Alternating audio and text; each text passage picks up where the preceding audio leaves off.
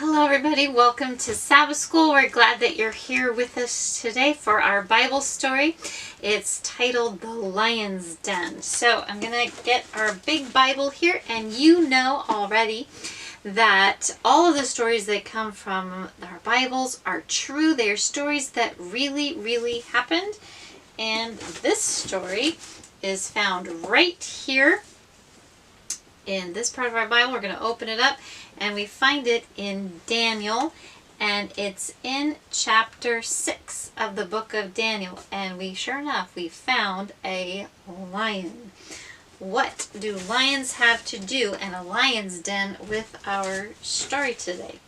Well, as we've been talking about Daniel and his friends and how they were taken away from Jerusalem to Babylon, and the king had a dream, and in his dream he saw this statue, the king of Babylon, and Daniel told him, "You're the head of gold." In our story last week, the head of gold was overthrown, taken over by a new king, by a new ruler, a new government, and the new one is the Medes and the Persians. So we're moving our way down here into the arms of and chest of silver.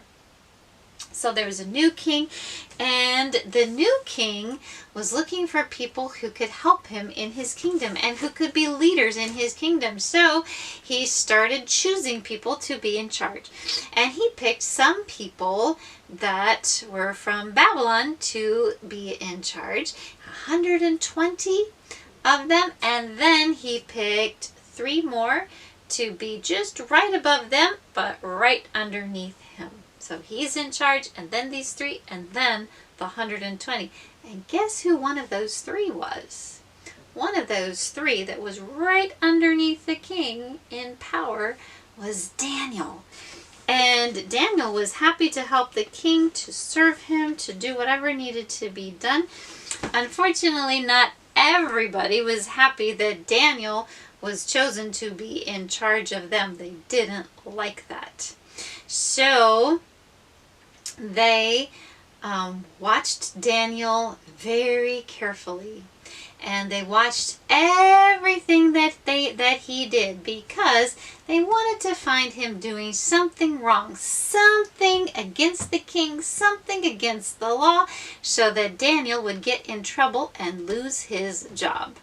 And they watched and they watched and they watched, but Daniel didn't do anything wrong. He was polite to everybody. He was nice to everybody. He didn't break any laws. He respected the king, and he did everything exactly right that he was supposed to do. So these men kept watching, and they followed Daniel around for probably several days, maybe for quite a while. And they wanted to see what he did every day. So as they watched him every single day, they saw something that he did. Can you see Daniel way up here? And what this person thinks it might have looked like? He's at his window and he's doing something. He's praying at his window. And these jealous leaders that didn't get picked to be in charge, like Daniel was, they thought, aha, now we have something. There's some way that Daniel can get in trouble. So they made a plan. And they took their plan to the king. So they walked in with everything. They very carefully wrote it all down first on a piece of paper, and they walked in to see the king. And they told the king how wonderful he was, how amazing he was, what a wonderful leader he was. And they said, "Oh, king, wouldn't it be wonderful if for the next 30 days, for 30 whole days, that's like a month, everybody just asked you for whatever they needed. You would be in charge of everyone, and no matter what they needed, they would ask you, petition you, pray to you. Not to any other gods, not to any other person, not to nobody else. If they had a request, they have to come come and ask you. And the king thought, oh, they really like me and they think that I should do this, and this will just make me more important and more powerful, and everyone will come to me, and this will be very good. So they presented their rule on some paper, and the king signed it, and he sealed it in a special way. And they also knew that any law that was made like that could not be broken. There was no way to change it or to stop it. Once the king signed it and sealed it, it was law. It could not be changed. So they were really happy. They walked out of there and they could not wait to go and to watch to see what Daniel would do. What would he do when he heard about the law? Would he keep doing his regular thing, or would he do something else? Here they are presenting it, and the king is signing it. And then the law had to be read to all of the people. So somebody took it to this part of the city, somebody else took it somewhere else, all throughout the land. Different people had it, and they read it so everyone could hear it, and everyone would know that they had to pray to the king, to ask the king for whatever they needed for 30 days. And if they didn't, they would be thrown into the lion's den. Daniel heard it, and he knew what the law said, and now what was he going to do? Because he definitely hadn't been praying to the king before this. What would he do? So the king's men watched Daniel very carefully. They watched him go back to his house, and they watched to see if he would go up to his window and if he would pray in his window like they'd seen him do before. Sure enough, just like Daniel had done on days before, every morning, every day at noon, every day in the evening, he went by his window and faced outside to look at Jerusalem, and he prayed just like he always had done. Not to the king, not to King Darius, but he prayed to the God in heaven. And sure enough, those men were down there watching. And maybe they watched him do it once, maybe they watched him do it all day long. But they watched Daniel pray, and they knew that he had disobeyed the law, and that's what they had been waiting for. So as fast as they could go, they ran to tell who? You're right, they ran to tell the king. And when they ran to tell the king, or when they got to the king and they told him, they said, "Oh, king, there is someone in your kingdom who has already broken the law that you signed. You remember the law that you signed, that for 30 days no one could pray to anyone or to anything else except to you. No one could ask anyone else for anything except to you." They said somebody has already broken that law and they need to be punished. And the king was ready to punish until they said that the person who they had found that had disobeyed the law was Daniel. And then the king, his face must have just changed, and he knew they weren't trying to show that they respected him.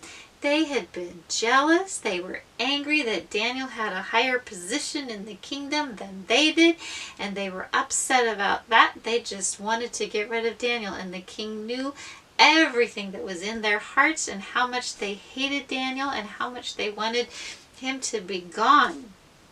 And now there was nothing he could do. Remember the law of the Medes and the Persians that the king signed? It couldn't be changed.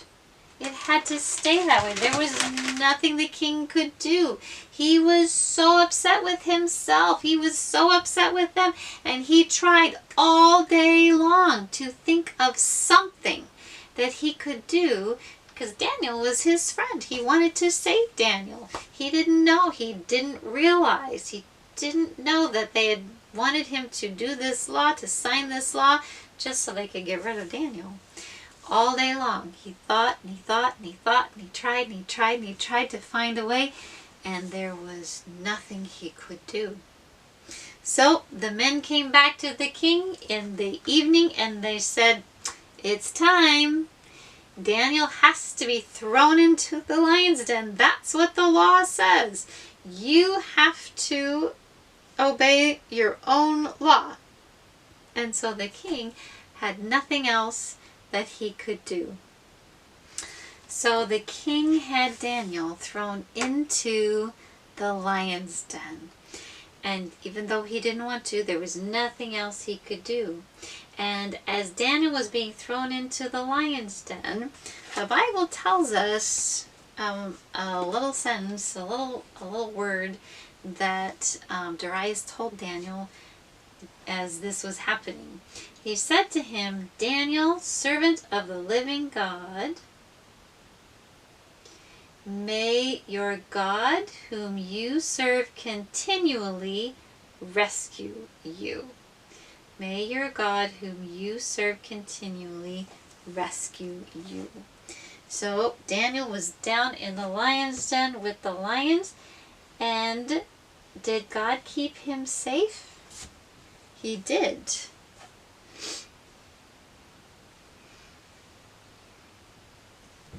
Daniel was not alone with those lions. He wasn't. But King Darius didn't know anything.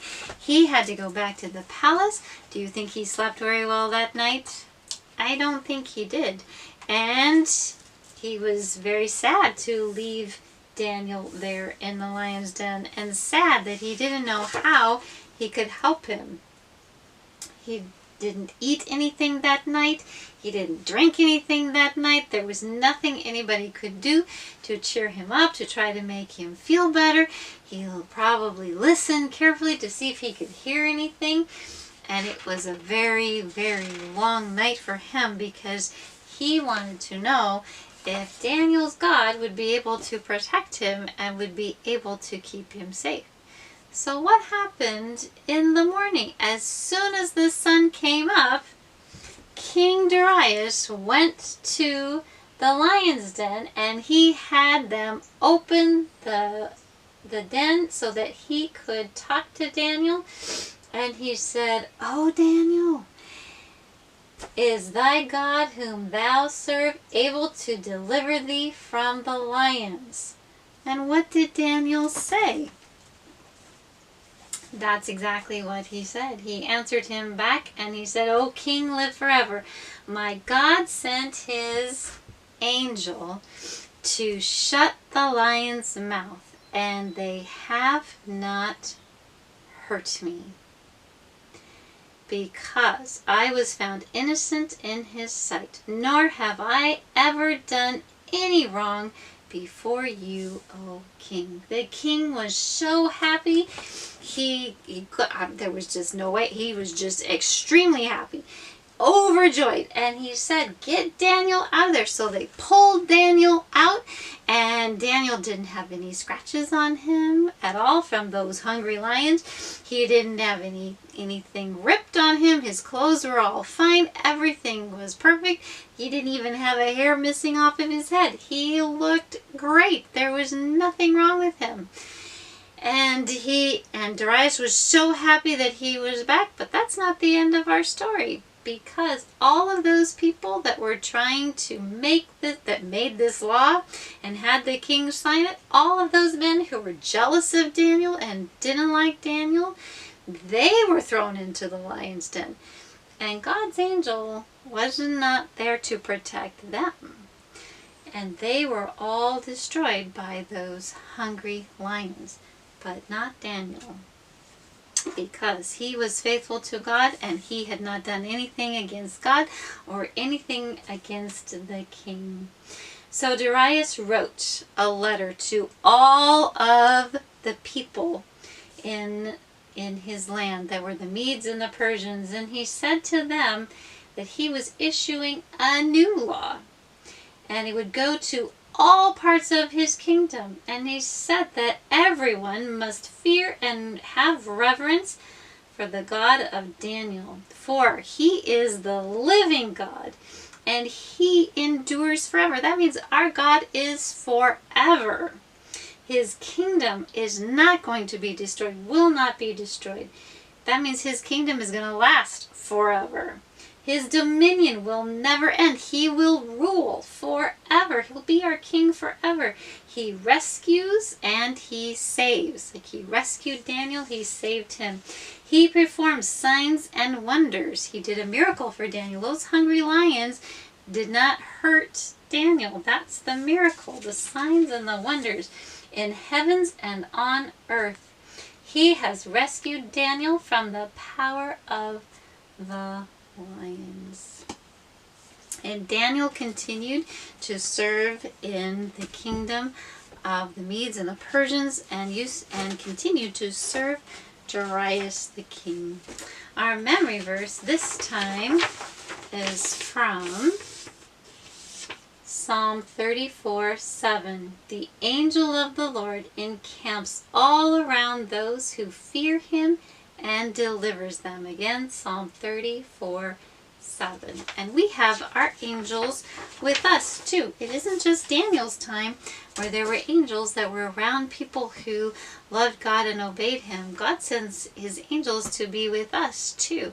And so our prayer is that we will always obey God just like Daniel did, that we will always do what's right and be faithful, and then God will protect us and he will keep us safe also. So bow your heads with me and let's pray for that today.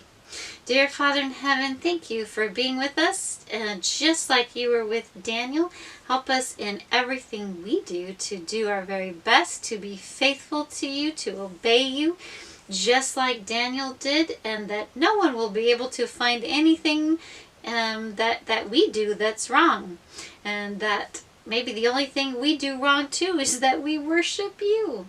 Help us to be as faithful as Daniel was, and help us to remember that you send your angels to be with us and to keep us safe no matter what happens. In your name, amen. Thank you. We'll see you again soon.